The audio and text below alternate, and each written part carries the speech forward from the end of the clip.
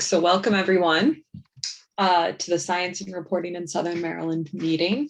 Today we'll be talking about how to build your own report card, outline its importance, and find data.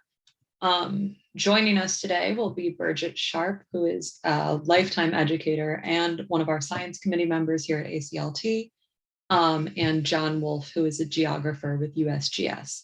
And both of them will be talking about different roles they played in building this watershed report card and kind of how it can be applicable to your organization.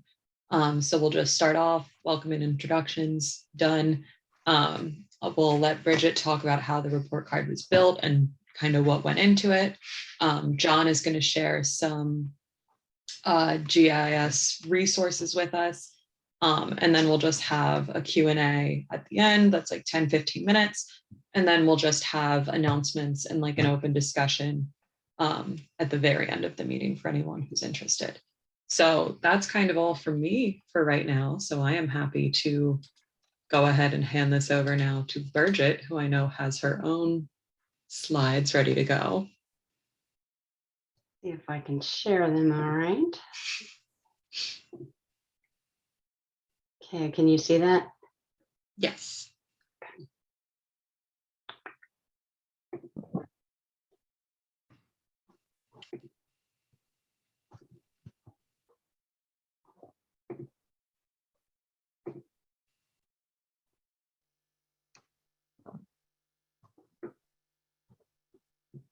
All right. So I'm going to tell you a bit about the ACLT report card. In March, we presented our first Parkers Creek watershed report card. And I'd like to show you how we developed our report card. We had a small team of scientists who are members of the ACLT Science Committee who worked on this. And since developing that and releasing it, we have had a few meetings sort of tinkering with it, trying to make some improvements and hopefully making it a little more shareable. So I'll tell you some of the changes we made as well. Before I do that, I'd like to share the dream. I'd like you to imagine that watersheds all over Southern Maryland had environmental report cards that help folks who live there know what's working and where the trouble spots are in the watershed. And that these report cards are comparable so everyone can see how their report card, a watershed, is doing compared to others in the area. Each might have some common metrics and some that are unique to their individual watersheds. I would love to see this become a joint evolving venture where many organizations work together using SMCA to collaborate. So what would be the impact? For those who weren't aware of their local environmental issues, they'd be able to learn about them. And those who were aware would have more information to use when advocating for their watershed, speaking to government agencies, or applying for money from grant offering organizations. Informed citizens will lead to increased and improved advocacy. As Greta Thunberg says, change is coming whether we like it or not. But the real power belongs to the people, and it really does. The following are the criteria our report card team used to decide what environmental indicators to report on. The first one is it an important indicator of watershed health? Secondly, do we have sufficient data? And finally, is there a good standard for setting goals so that we could compare our results with what is healthy for the environment? And I'll go through each of our report card indicators to tell you how they met these criteria. When we started, I interviewed ACLT Science Committee members. Many had conducted surveys and studies on the following things: birds, herps, forest diversity, etc. We looked at each of these to see how they met our criteria. While they were all good indicators of environmental health in the watershed, in some cases, we didn't have sufficient data. It's really hard to figure out all the reptiles living in a watershed. And in other cases, there weren't standards defining what was healthy and what was not. Bird surveys showed that Parkers Creek watershed had a wide diversity and density of birds, but there really isn't a good standard of what a given watershed should have. While we couldn't grade many of these, we did include some information about them in our report card, ungraded. But the team was able to decide on grading nitrogen and phosphorus. So I'll tell you a little bit about that. So the first criteria was, how do these indicators affect the watershed health? These two nutrients are necessary to our ecosystems, but at high levels, they really cause problems. They can lead to algal blooms and dead zones where aquatic organisms can't survive. We had good data from several sites, and we found relatively inexpensive and easy method of monitoring nitrogen. Dr. Walter Boynton, our Science Committee water quality expert, calls our method the poor man's method of monitoring nitrogen. Rather than taking a water sample throughout the year, we do a water quality blitz in April, shortly before the trees get their leaves. This gives us a good indication of year-round baseline nitrogen levels. While we only do this once a year, it's quite good for identifying general levels and trouble spots. Phosphorus levels are less likely to change from year to year, so we only do this test every 5 years. We use the same water samples taken from nitrogen that year. And ACLT is happy to share our procedures with any of you who would like to do this. Groups from Hunting Creek, St. Leonard, and Mill Creek are already doing this. Finally, the last criteria, we did have good scientific literature that gave us some good standards for setting our goals. For each site, we got the results and we compared that to the goals or thresholds. We had a good threshold, below which nitrogen or phosphorus levels don't cause a problem for the environment. This is indicated in green on the map. And a bad threshold, above which nitrogen or phosphorus would really cause environmental problems. This is indicated in red on the map. And everything between was considered fair, yellow on the map. We also showed whether the site changed more than 10% from the previous year. Once we had a score for each site, we needed to calculate a grade for the overall watershed. Stations meeting or beating the ideal or good goal are given full credit, a score of 1. Stations that had fair water quality are given partial credit, or a score of 0.75, and stations with water quality worse than the bad threshold are scored 0. Scores are then added and compared to the total possible and as a percentage, which we then converted into a watershed grades, with 90% being excellent and so on. We were very fortunate to have John Wolf from USGS on our team. He will be speaking to you shortly. He helped us utilize the latest GIS data to further assess the Parkers Creek watershed, and this gave us plenty of data for the following indicators: impervious surfaces, percent land preserved, riparian buffers, and land use. I'll go through each to show you how we considered their impact on the health of the environment and how we obtained the goals we used. Impervious surfaces. These are hardened surfaces that don't allow water to sink through the ground. As the song goes, they paved paradise to put up a parking lot. The way they affect watershed health is by increasing the speed and amount of urban runoff. This leads to erosion and flooding, increased water temperatures, and pollution. The standards we used for setting goals came from the scientific literature that shows that with as little as 5 to 10% of land covered in impervious surfaces, sometimes even lower, you can begin to see water quality problems and some loss of some species. By the time you get to 20%, there's severe damage to these ecosystems. In the future, the team would like to also consider other methods that may be being used to counter these effects, such as the use of rain gardens or beaver analogs that slow down and clean up that runoff.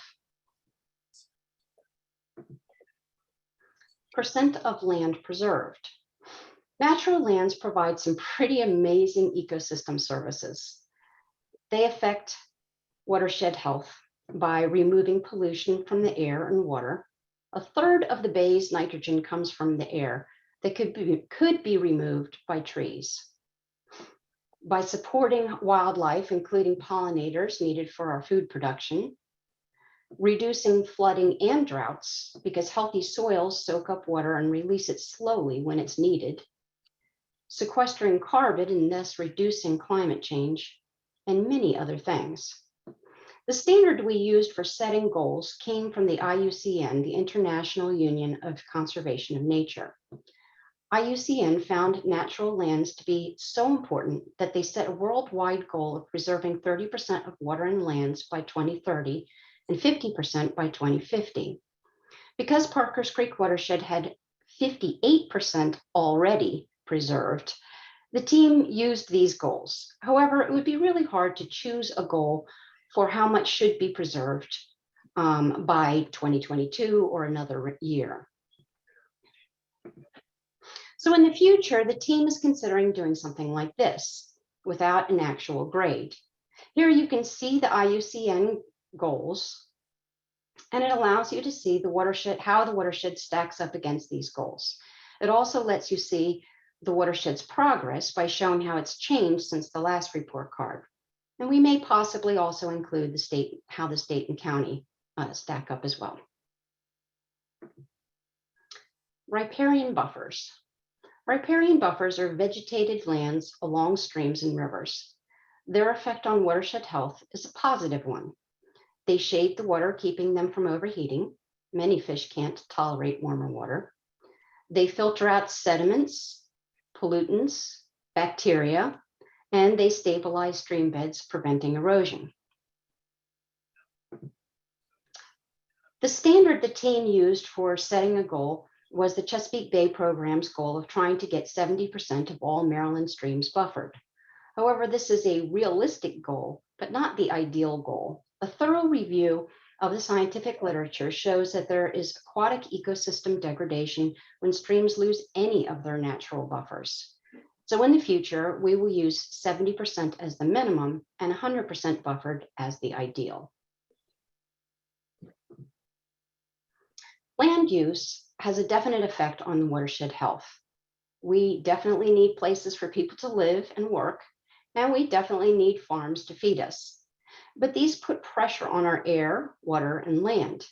As you've seen, natural lands can counter these effects to some degree. However, there's no clear standard for setting goals for land use. There's so many different mixes that can work that it isn't clear what that perfect mix of agriculture, development, and natural spaces might be. It could be different in different places. However, the team felt it was important to show because we wanted the opportunity to talk about this important topic. We showed how Parker's Creek compares to Maryland and Calvert County. We gave Parker's Creek a good grade because the natural lands mostly counter the effects of agriculture and a major town center in Parker's Creek watershed. However, in the future, this will not be graded, but we will be comparing how things have changed from one report card to the next. Finally, we talked about these topics, flora and fauna, connecting people with land and risks to the watershed, but we didn't really give them a grade. These were important to Parker's Creek, and there are probably others that are important to other watersheds. So that's the current state of Parker's Creek report card. If you're interested in doing a report card yourselves, we'll be happy to offer our help.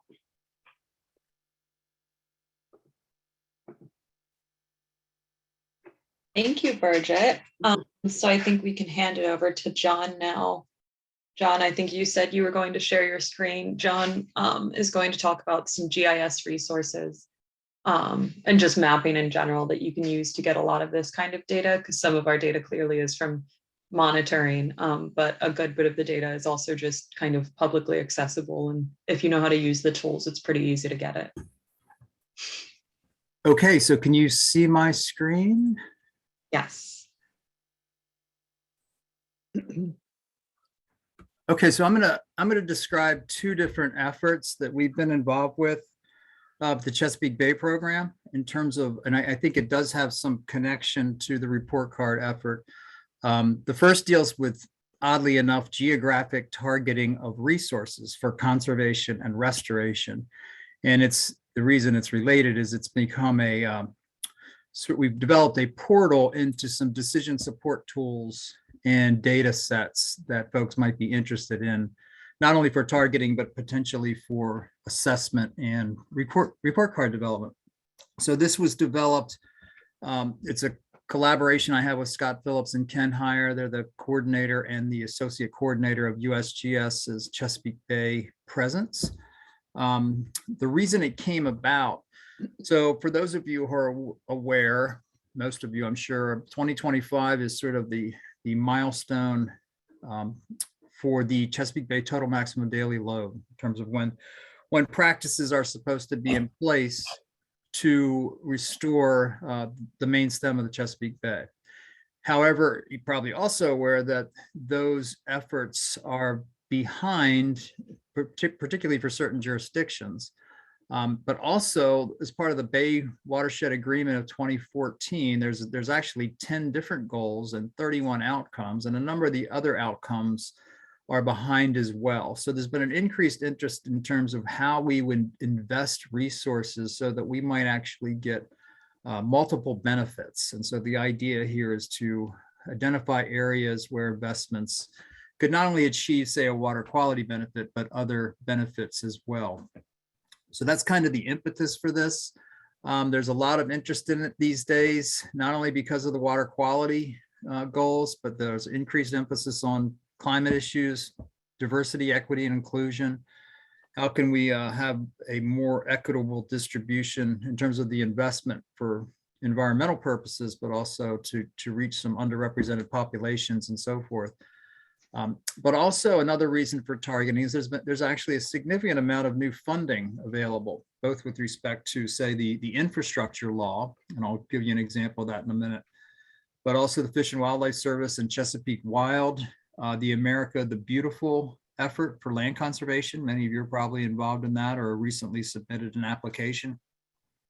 And then there's state programs and NGOs and such as you guys also have an interest in potentially justifying, say, projects or grants or investments to determine where you might actually get multiple benefits. So the organization, I'm going to share a website that is basically a hub, a portal to different targeting resources. And one of the reasons this came together is that we've had a lot of criticism over the past few years, some of it internally, some of it externally, that people can't find resources, that they are, we know these decision support tools exist, or these mapping tools, but we don't know where to look for them. So that's actually a bigger issue than we're going to solve in the short term. But as a short-term Band-Aid, if you will, we developed this website, this hub, which is a portal to different decision support tools. And it's organized around these different topics: water quality, fish, wildlife, and habitats, land conservation, and benefits to people. And you'll see that the climate piece is sort of an envelope over all those, because it comes into play really in many different contexts. So I'm going to jump over to this website now. Can you still see that, Alyssa? So awesome. So this, again, this was intended to be a portal to existing tools, and really there's nothing new we created here. It's just a resource to find content. And you'll see across the top we have these different, there's 4 major categories, and then within each page there is a link to a variety of different decision support tools that have been developed by different parties. We have not at this point integrated state-specific tools, although we're interested in doing that. These are tools that are generally available for the entire watershed. So they may have a federal basis, they may have an NGO basis or origin, etc. So I'm not going to go through all these by any stretch of the imagination. I just want to give you a flavor for what's in here, and then you can explore this. This is a publicly accessible website. You can explore it on your own.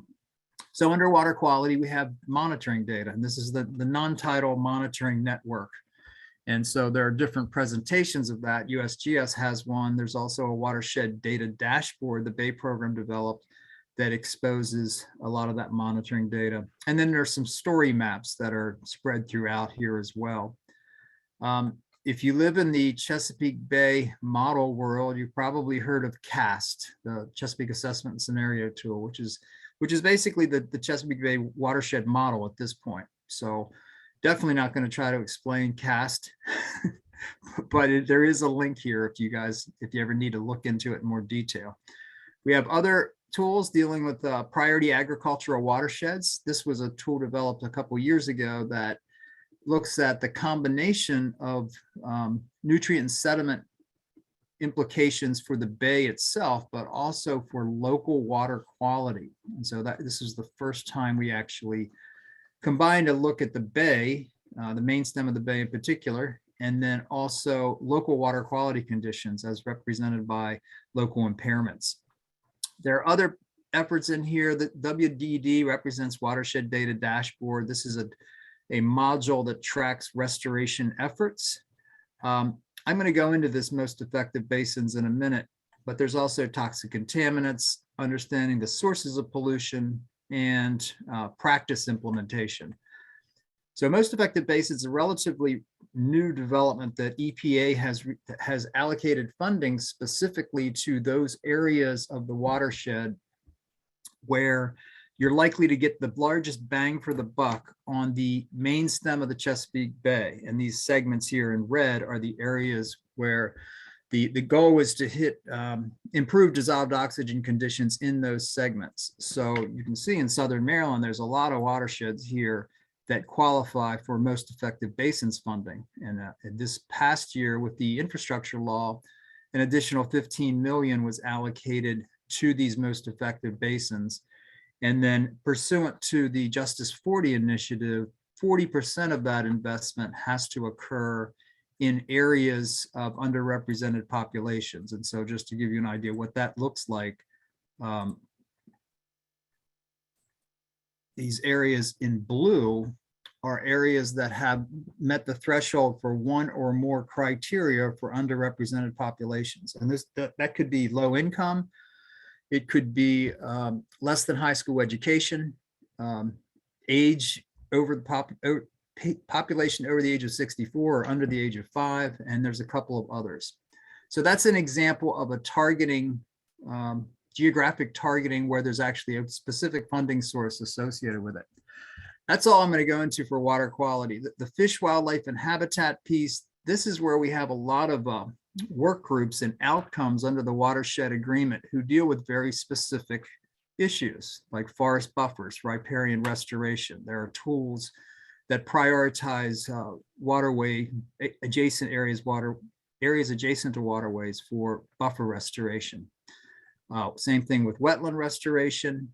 There are some tools that look at multiple ecological criteria simultaneously.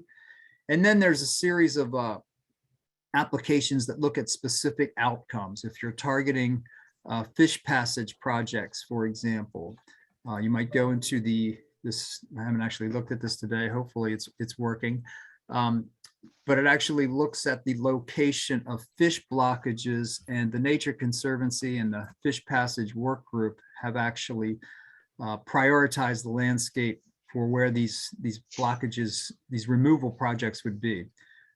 This is a map service coming from the Nature Conservancy, and I'm not sure if it's going to draw for me today. So I would encourage you to explore this on your own, but it's basically where fish blockages occur around the watershed, and they're prioritized for removal.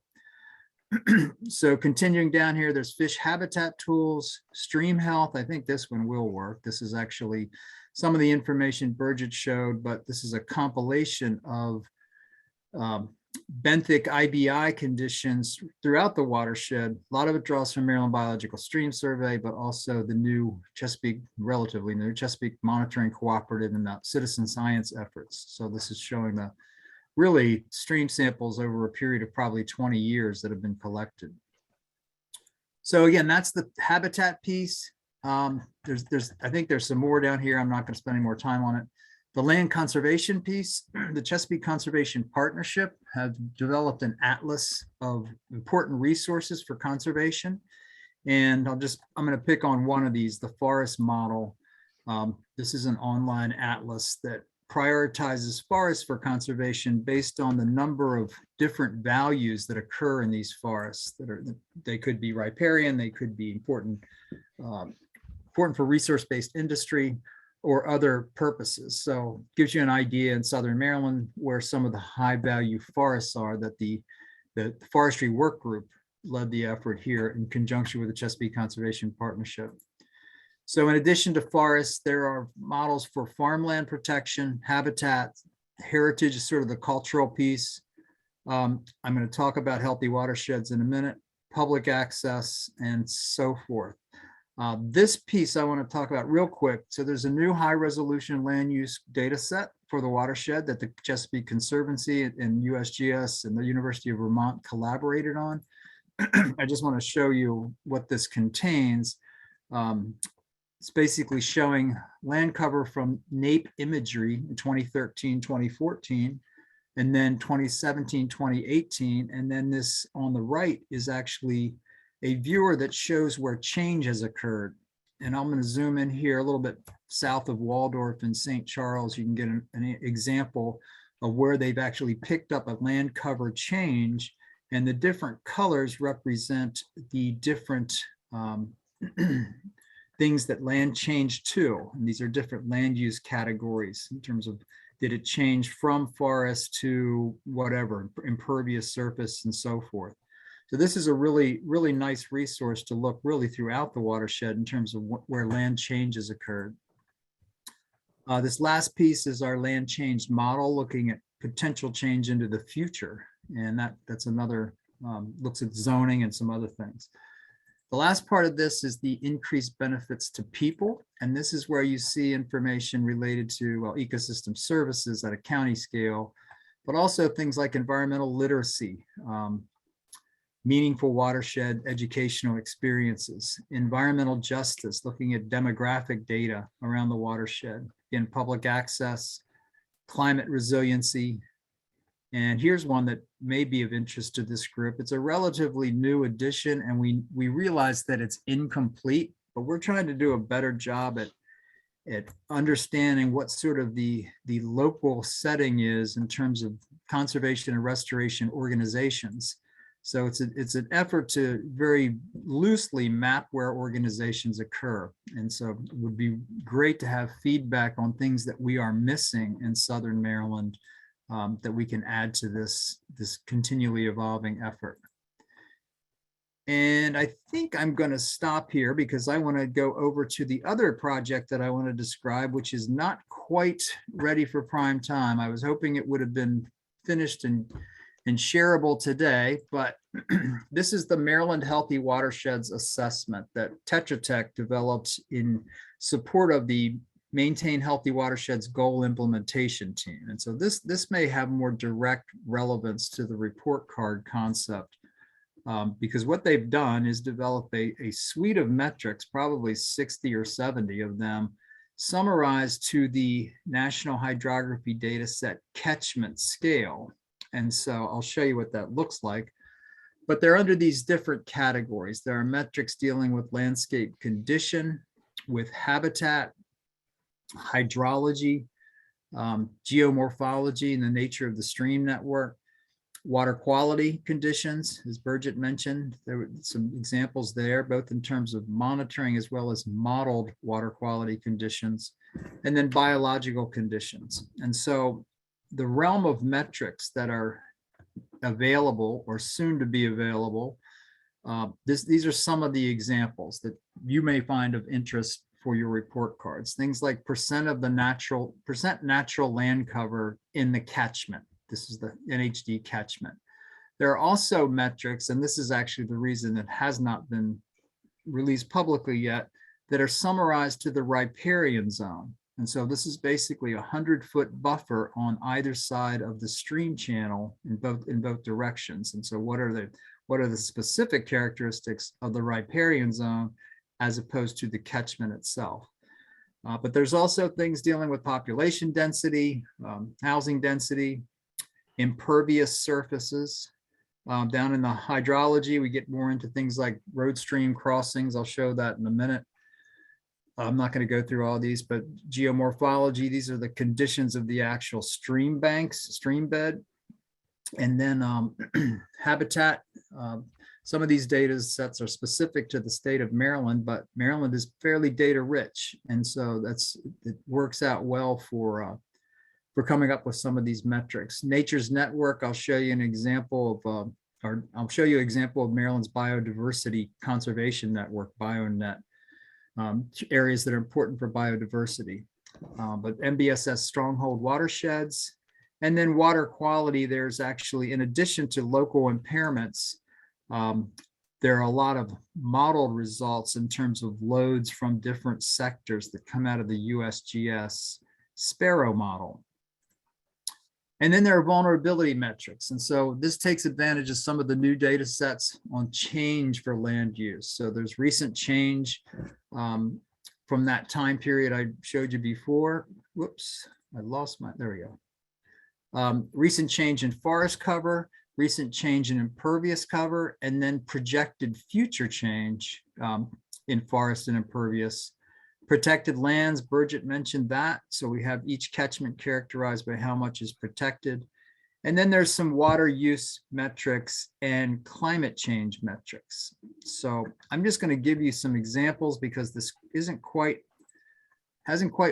been released yet, but this is an example of a catchment scale depiction. In this case, it's percent natural land cover in the catchment. And so this is looking at areas either characterized as forests or wetlands. And so these are some of the least, from that perspective, the least disturbed areas. So if I zoom in here, for example, on Parker's Creek, these darker catchments in and around Parker's Creek are areas with at least 80% or more natural land cover. Another example, this one is looking at road stream crossings, which you can think of as a depiction of population, but it's also sort of a potential hydrologic impact in terms of where roads and streams are crossing. And so this is giving you an example of where those crossings are occurring. More metropolitan areas in central and northern Maryland obviously have more road stream crossings. The next one is, oops, I need to get away from this is, I mentioned the BioNet. This is a score that Maryland has used in their BioNet rankings. There's actually 5 different tiers of significance. This is the network tier 1 ranking, how much tier 1 habitat there is in each catchment. Tier 1 is the areas that are critically significant for biodiversity conservation. So you can see some of the real hotspots in Southern Maryland of where biodiversity conservation is significant from the perspective of that particular metric. But there's actually, again, 5 different tiers of BioNet metrics. Another example, this is one of the Sparrow metrics that's looking at incremental nitrogen load from all sectors. And so relative to the rest of the state, Southern Maryland does not score as high, say, as the nitrogen load from Delmarva or from the northern parts of the state in terms of where the poultry belt in Frederick and Carroll County, or not poultry, basically the cattle in Frederick, Carroll County, and so forth. So this is incremental loads, which means the loads to local streams as opposed to delivered loads that go to the actual Chesapeake Bay. Just a couple more quick examples. This is a measure of the recent change in impervious cover. Again, looking at that change from 2013-14 to 2017-18. So what this is showing is where we've had significant, relatively speaking, recent development that's increased the impervious cover in each of these catchments. And the last one, let me see what this is. Oh, so one of the things that this assessment did, Tetra Tech used some machine learning techniques to train the computer to translate point locations, in this case of benthic IBI score, Index of Biotic Integrity, and then used it in a predictive capacity to try to predict where you'd have similar benthic conditions throughout the state. So this is an artificial intelligence algorithm that's being used increasingly in many fields, but in environmental assessment in particular. So although we don't have monitoring data for all of these catchments in Southern Maryland, based on a number of landscape factors, as well as the benthic IBI data that was used to train the computer, it's an attempt to predict benthic conditions in areas where we don't have monitoring data. So that's a lot, I know. I just wanted to share the fact that these data sets will probably be available within the next month, as soon as we work out a few of the bugs with the riparian metrics. So that's all I have, Alyssa. I'm happy to take questions, or we can open it up for discussion. Yeah, that's kind of what I wanted to do. So Bridget and John, I just wanted to kind of invite you both to unmute. And anyone else who has any questions, you can shout them out in the chat. You can just unmute or raise your hand, or any other way you feel comfortable. If anyone does have any questions right now.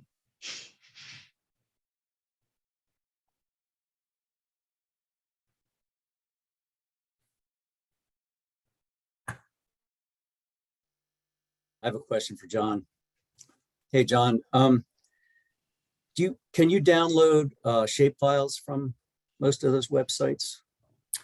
So the websites have a variety of different authors and origins, and in some cases they do have direct downloads.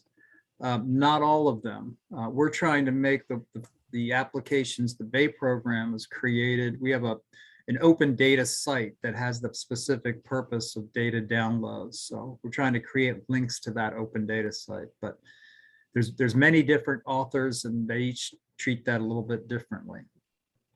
How about the Healthy Watersheds one that you just went over? When that's released, will that have downloadable shape files, data sets?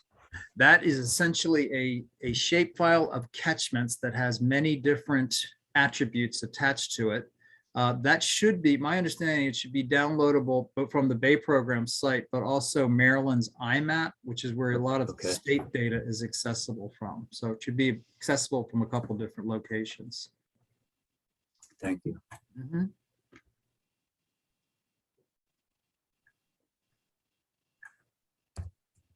Hi there. I don't know if this is what the previous person was trying to get at, but if you're wanting to focus in on a certain watershed, is that easily done with all these various sources, or do you have to sort of, look at them all individually and try to kind of collate them all together?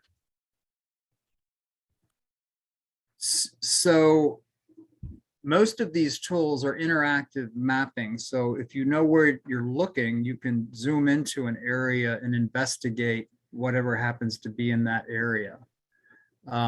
The Healthy Watersheds part that I showed at the end will actually be a data download. So you could extract your area of interest and eliminate the rest of the coverage if you wanted to, but it depends on what you're trying to get at. But yes, you should be able to access it for specific areas.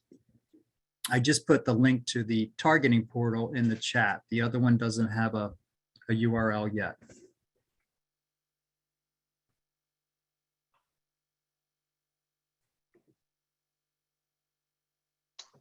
I can certainly share that when it comes out, and Alyssa or whoever the contact person will be for this alliance. One of the things I'm interested in is identifying use cases where there is a stakeholder who might be interested in applying these tools for whatever purpose. So we're looking for success stories or use cases. A report card would be one, but it doesn't have to be a report card. So as we move forward, to the degree to which the Alliance would like to be directly involved, I'd love to explore that in more detail, how we might support some of your interests. Hi, so this is Greg Bowen, American Chestnut Land Trust. This is an awful lot of information to throw at all of us. And it just makes me so excited because, up until now, people may know, a lot of them don't even know what watershed they live in. But even if they did, they had no clue of how to begin to determine the watershed health. This gives citizens so many tools, so many opportunities to learn and become advocates for those respective watersheds and have science behind them, science data behind them. When we were beginning the work in Parker's Creek, it was such a challenge trying to figure out what's measurable and all of this that Bridget was going through. And she worked with a pretty large team of scientists, which makes it quite the challenge. But I think she's done an excellent job of pulling all this data through. And then to bring in John Wolf, who now has introduced such a great realm of land use data information and all the resources from federal government.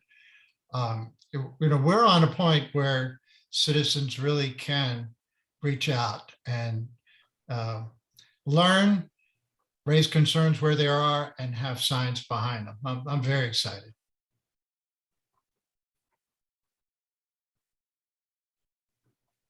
So I see John? Bonnie's question in the chat.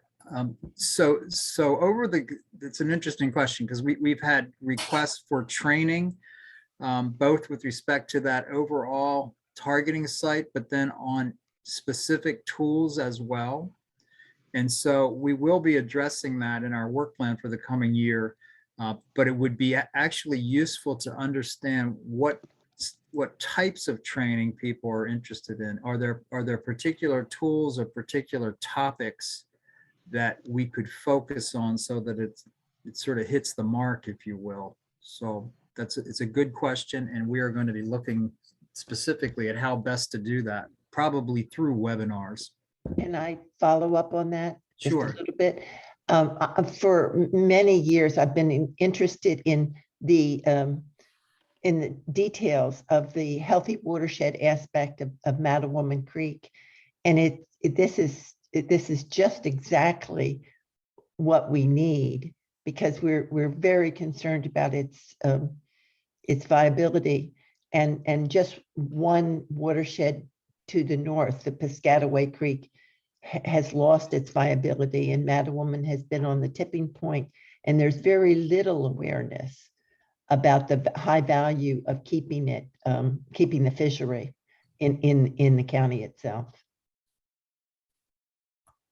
Yeah, that's the type of application I could see, well, a number of these tools being relevant for, but just the landscape condition metrics that are derived, they don't have any inherent subjective bias on what land use planning should be and so forth. They're just measuring things. So That's what we want, the science. Yeah. And what's valuable.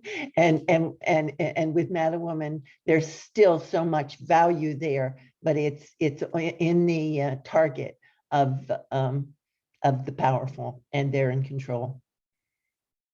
So a question to John then.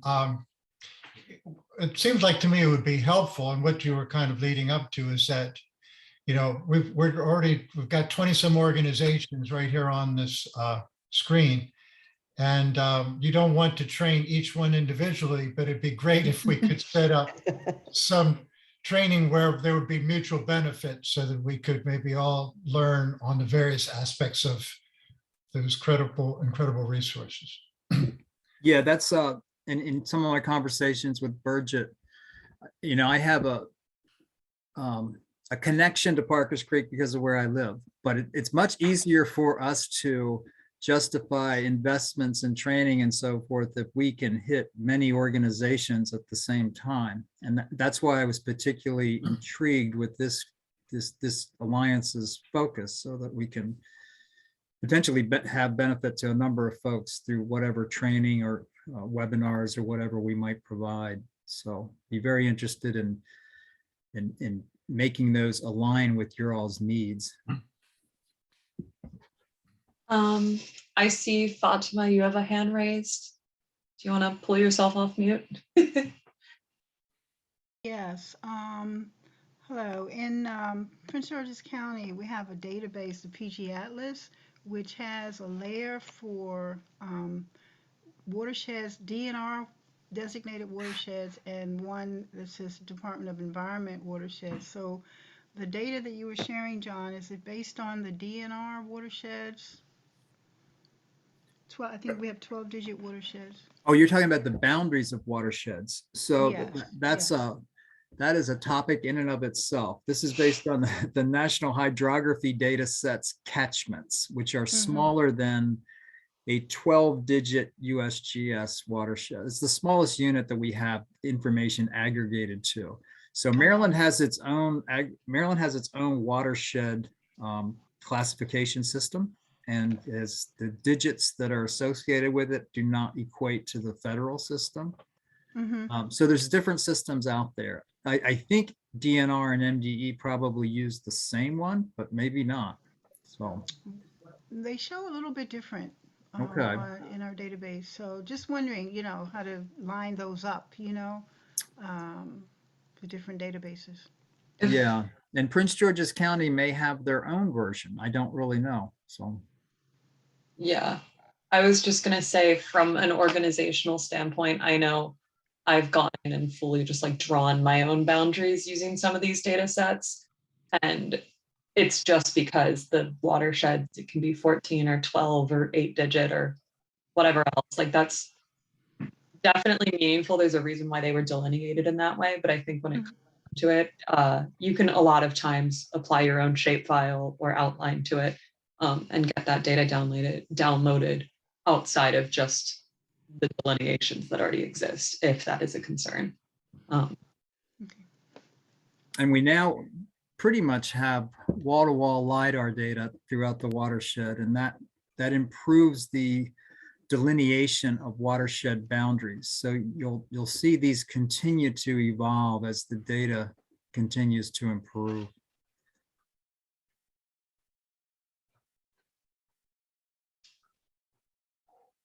All right.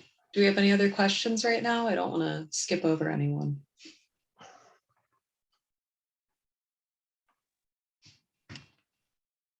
No? Okay. Well, thank you so much, John and Bridget. I really appreciate all the work you two have done for this.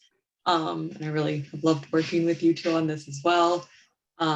Everyone, I will be sharing out the PowerPoints and just like links and the notes and everything associated with our meeting today. This meeting is also recorded, so if you want to go back and check it out, I'm going to try to find a local spot on a drive to put it, or maybe post it on YouTube. And Zoom is hard. But I think right now, that's probably it for the watershed and science reporting bit of this meeting today. So if it's okay with everyone, I'm going to go ahead and share my screen one more time and just talk a little bit about some of our upcoming events. Thank you, John. So coming up, we have a number of things happening, and actually I just shared my screen and I realized that it's the wrong thing that I want. So I just wanted to talk a little bit about an organizational specialties page and contact sheet that I created. I believe we had talked about this a bit during one of our previous affiliate meetings. I feel like it was the first one. But I remember there were discussions about wanting to kind of get to know other organizations or see where they stood and kind of how we could help each other. And so I wanted to make the process a bit more direct. So in the SMCA drive, there's an SMCA contacts and specialty sheets. So this is just our contact sheet with everyone that I've ever known. But the organizational specialty sheet is different because it's a space where our organizations can go in and put their organization and name and email under one of these several topics, and then say in what capacity they feel that they have expertise or specialization on it or experience in it. Generally, you don't have to be an expert to, be able to give some good advice in these different topics. So our different areas of specialty or specialization is land preservation. So maybe that could be you've written easements before, you have a lot of experience talking to landowners, that kind of thing. Restoration projects, solar and renewable energy, agriculture, and then advocacy and engagement. So, volunteer building or citizen outreach and that kind of stuff. I feel like some of the other ones are more self-explanatory, so I didn't go into those.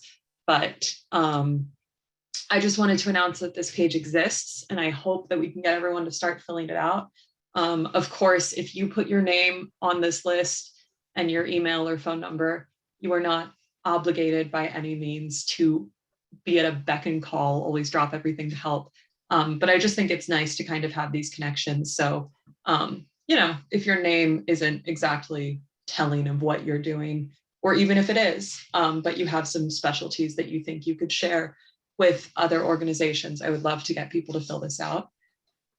So that's one announcement just about our specialties page that I'll be sharing with everyone.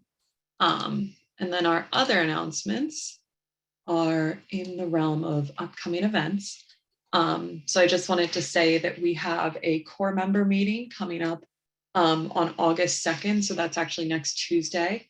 So that'll be for all our core members at 12:30. We'll just run through some stuff that we've been working on in the last few months.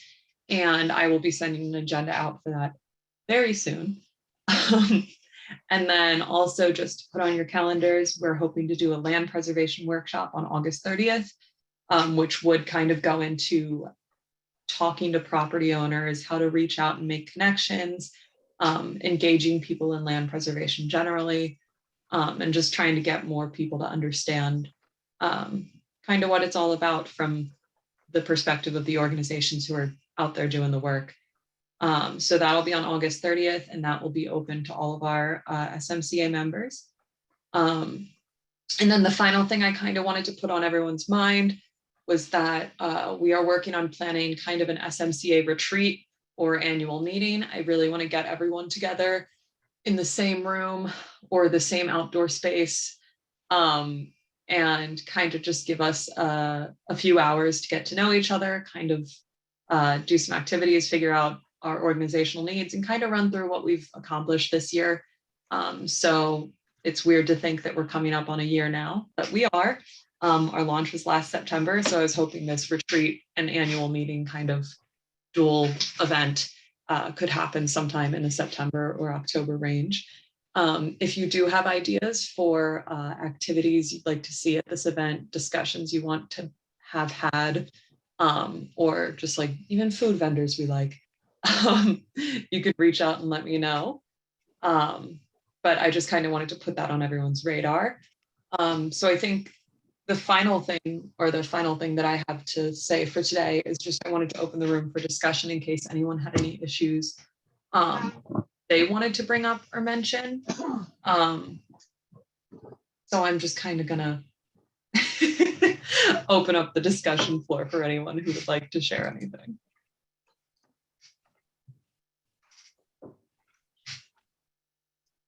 And if no one has anything to share, that is totally fine. But please feel free to shoot me an email if you have any ideas for upcoming events, trainings you'd like to see happening. I've gotten some good notes from this meeting today about what trainings we could be looking forward to. So yeah, I think that is actually everything from me for today. Frank Allen, I see you're raising your hand. Yeah, I think, listing upcoming events where we could maybe reach out to the public, like, Pride coming up and all of that should be considered. Yeah, I agree. I think that could definitely be something. I think we would just have to figure out the angle we're coming to the public from, but I think that's for sure something we could look into doing.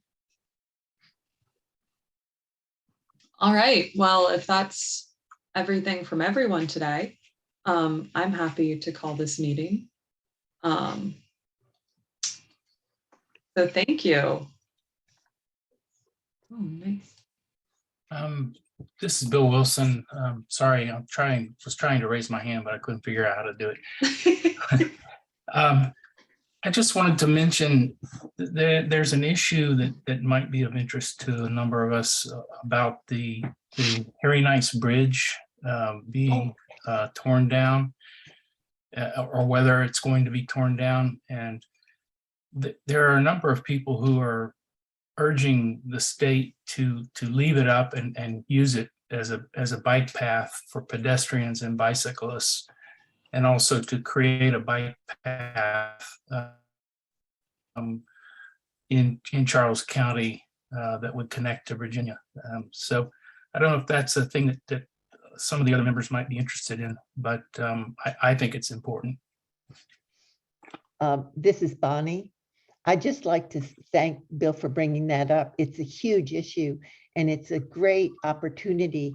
I think, the preservation of the Nice Bridge as a pedestrian access bridge will actually be a great incentive for heritage tourism and land preservation. So it's a hairy issue because the state wants to take it down, wants to demolish it, but they have run into the need to use explosives, and that is not in their environmental assessment. And Hoyer, Carden, and Van Hollen wrote a letter to the Maryland Transit Authority and requested that no action be taken until this issue is studied, the pedestrian access aspect, because the replacement bridge has no pedestrian access. So the Transit Authority just responded saying, we're not doing it. It has to come down. We're going forward with taking it down. So I'm very happy that Bill brought it up, because it's an issue that could be the catalyst for tremendous mid-Atlantic land conservation. I have seen, Bonnie, I know you and I have talked about this a bit, but I've also seen that there's a Sierra Club campaign going on, I believe, from the Yes, there's a sign-on letter. Yeah, that we've been working on. I mean, that it has many groups supporting it, and the Sierra Club has an add-on for it. Yes. Mm-hmm. And so there's that campaign. Frank, you have your hand raised.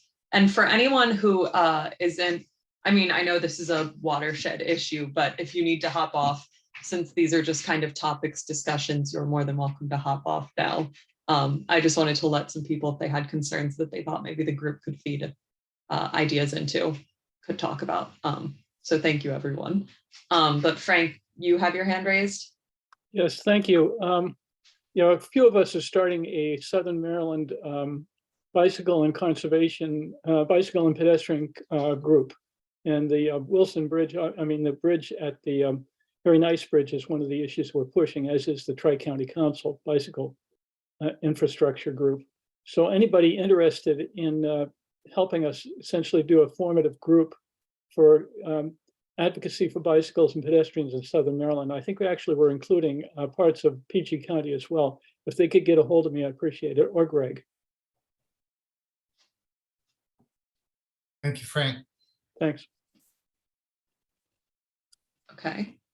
And then I think for me, I just have one thing to share. I said I didn't, and I am a liar, I guess. But I'm not sure if many of you have been, well, that's not true. I know a lot of our core members have heard about this. I'm not 100% sure if I mentioned it to our affiliate members before, but there is a 633-acre forested property in PG County that a number of our core members have been working together to try and see preserved. There is now a public campaign out from the Sierra Club. And of course, this is all, if you are able to do advocacy with your organization, totally, if you feel it's up your alley, go for it.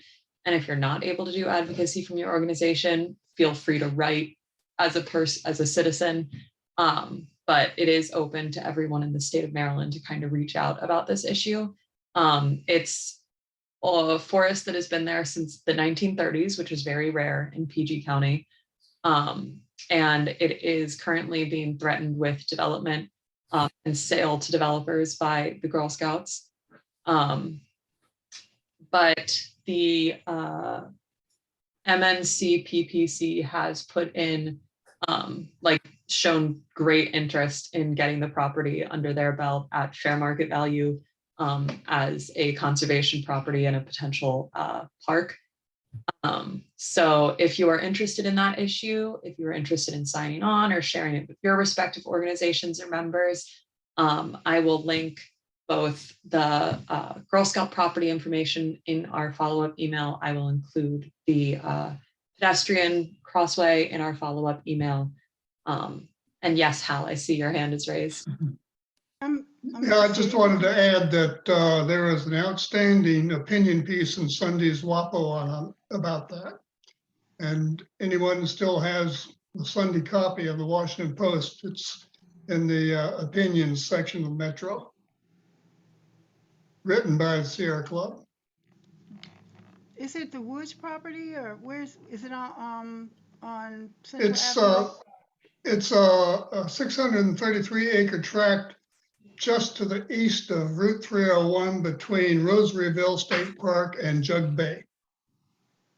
Mhm. It's on Old Croom Road, I believe, or it's like Yes. engulfed by Old Croom Road. But like I said, I will share out the resources for all of those for anyone interested in kind of getting themselves as individuals or themselves as organizations or their membership involved. Totally up to y'all one way or the other, but it's just a project that a lot of our core members have been working pretty hard on, hopefully seeing through. Frank, I can see you have your hand raised. Sorry. Yeah, we also are trying to get interest up on a couple of over 800 acre parcels that are on the Mattawoman on the PG side. Yes. I don't know that we have any like specific action items for that right now, Frank, unless you Well, they're tough for sales, obviously, but they're huge parcels. It would be great to save that. Yeah. I would be very interested in any follow-up information on that, Frank. Okay. Yeah, I will too, Frank. Cool. I love to see everyone connecting. Yeah, maybe Hal, you can help us as well. Yeah. So I think that's it for me for today. Anything else from anyone? We're finishing right at 1:30 or 1:35 since my computer clock is late. I'm sorry. Great meeting. Thank you so much. Thank you everyone for coming. I look forward to seeing you soon. Bye-bye. Thank you. Thank you.